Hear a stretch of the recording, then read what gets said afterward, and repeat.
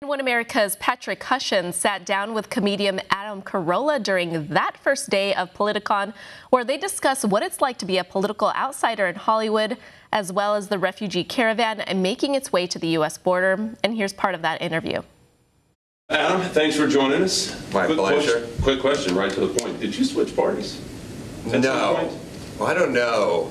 I'm now in the middle of like two parties, I think. I was always kind of a Democrat. And I've never registered as a Republican, so I guess I'm technically a Democrat. But in California, it's kind of hard to stay a Democrat. Why is that? Talk about, and I know you've done this many times, but you're in a bubble. What is it like living currently in Hollywood? No, I mean, not living all the time in Hollywood, but being in Hollywood, being in your circle there in Hollywood, and existing as someone who just doesn't identify as a Democrat. Is it tough? Is it easy? I don't know. I don't really rely on Hollywood, or sort of, Hollywood, you have to go on auditions, you have to know people, they have to green light things. I sort of work on a podcast, I make my own documentaries, I make my own things, I go car racing. I sort of have my own production, and I live sort of outside of Hollywood, or at least I exist outside of Hollywood, and so I don't rely on being part of whatever that machine is that gets you paid. Right. Because you would have a hard time having a lot of the opinions I have and trying to remain gainfully employed and getting paid in Hollywood. Is it hard because it's hard to stay quiet these days? Everyone is outspoken, social media. Why is it harder now than it was 20 years ago?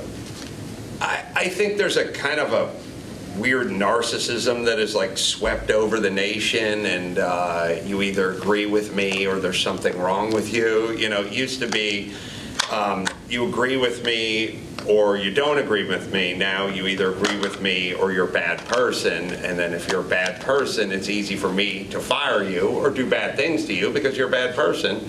You deserve it.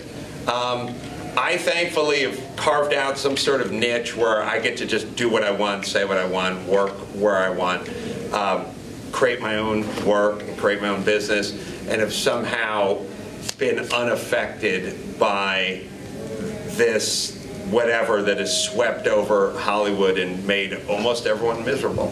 Well, you've come out, you've said that one of the issues is the border with you. You don't want just everybody to be able to come in. You want a secure border.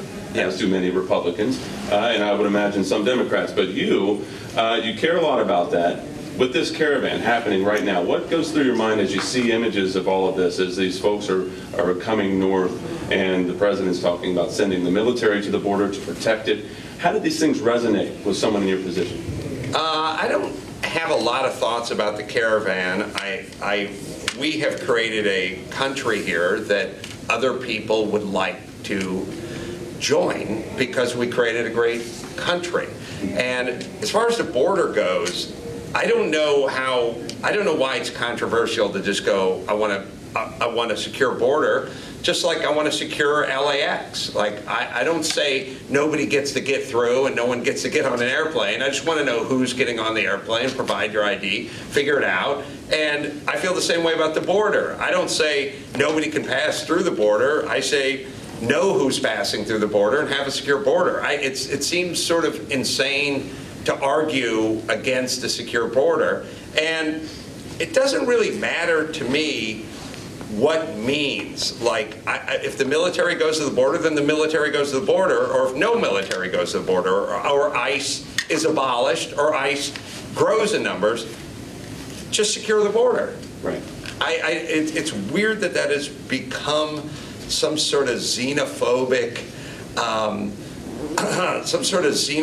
thought that you want a secure border. I think Canada wants a secure border. I don't think anybody thinks any less of any Canadians who would like a secure border, and I think Mexico wants a secure border with the South, and I don't think anyone thinks any less of them or any country that wants a secure border. So we'll have a secure border, and then we'll figure out who stays and who leaves and who's a guest worker and who gets visas and who is in dire straits and who's being politically persecuted and who needs asylum, and we'll figure it all out.